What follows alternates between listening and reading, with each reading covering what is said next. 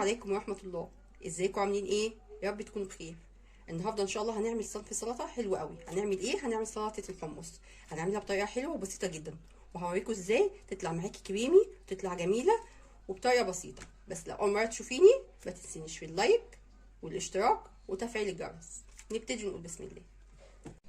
طب دلوقتي عشان اعمل سلطه الحمص محتاجه ايه؟ انا عندي كميه الحمص اللي انت محتاجاها مفيش مشكله فيها. انا نقعاها من بالليل. اهم حاجه ان تنقيها كويس وتشطفيها وتنقعيها. بعد ما نقعتها انا فضيت الميه بتاعتها، طبعا رميتها وشطفتها تاني، يعني عدت الميه بتاعتها. هعمل انا احطها في حله كده عشان نسلقها، واحط عليها كميه من الميه، يعني الميه المناسبه برضه عشان تتسلق. اهو انا بحب ازود الميه شويه. كده حلو قوي. هعمل ايه؟ انا هاخدها لحد ما تتسلق. اهم حاجه تسلقيها كويس جدا. اول ما تتسلق ان شاء الله هنيجي هنشوف هنعمل فيها ايه تاني.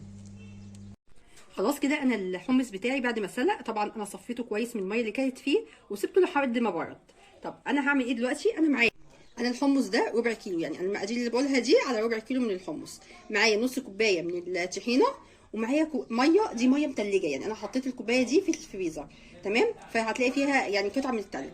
ومعايا عصره ليمونه، ومعايا الملح بتاعي. طبعا الملح ده هنحطه حسب ما انت يعني بتحبي طعمه. اول حاجه انا هجيب الحمص بتاعي كده وهنزل عليه في الخلاط بقى، في كبه، اي حاجه موجوده عندك كده. بسم الله. وهنزل بشويه صغيره من الميه بس عشان اساعد الكبه بتاعتي ان هي تبدا تلف يعني كده. بسم الله.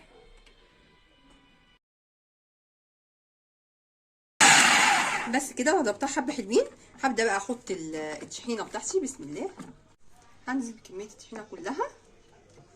بصي هي نص كوبايه، بس نص كوبايه مليانه يعني ما شاء الله.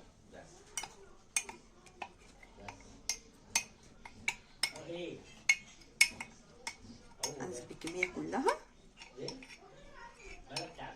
كده. وهحط برضو الايه الملح بتاعي. الملح ده برضو انت تابعه مع انت بتحبيها. انا تقريبا هحط نص معلقه كده صغيره، وهشوفها لو عوزتي تاني هحط. لو انت بتحبي الحاجه حابه او حابه تحطي شطه، دي اختياريه براحتك. انا مش هحط شطه بس. وهبدا برضو اقفل واضرب تاني. طبعا انا كميه الضرب هقعد اضرب لحد ما احس ان هي بقت معايا كريمي وحلوه، وبقت ما فيهاش اي كتل خالص، عشان تبقى طعمها كل ما تبقى كريمي كل ما يبقى طعمها احلى. هكمل برضو ضرب وبعد كده نشوف هنعمل ايه. انا هحط الليمونه بتاعتي. هعصر كده الليمونه بتاعتي. بسم الله. هي الليمونه بتاعتي كبيره فهنحط ليمونه كامله. لو الليمونه بتاعتي صغيره ممكن تحطي ليمونه ونص، زودي نص ليمونه تاني يعني عشان تبقى حلوه.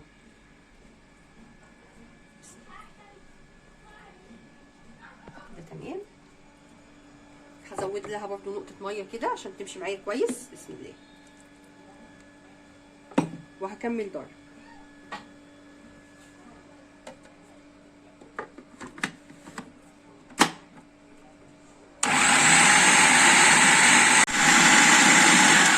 كده خلاص الطحينه بتاعتي او الحمص بتاعي بقت كويسه جدا. نبدا بقى نحطه في طبق التقديم بتاعنا عادي بقى كده. بسم الله. بصوا تقلط جميل جدا. بصي كريمي خالص اهو كده. بسم الله.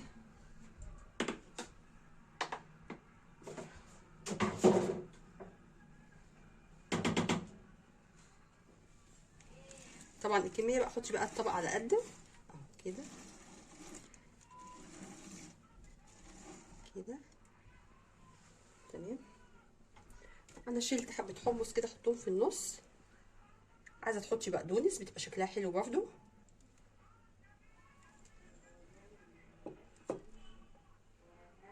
كده كده. تمام. انا معايا كده شوكه بالبابريكا كده يعني كده. بسم الله.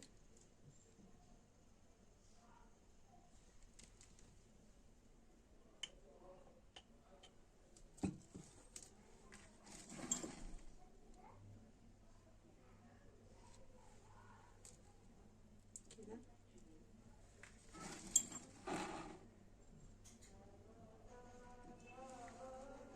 كده.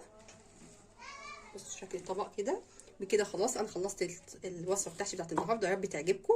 ولو عجبكم بقى ما تنسونيش في اللايك والاشتراك وتفعيل الجرس. والسلام عليكم ورحمه الله.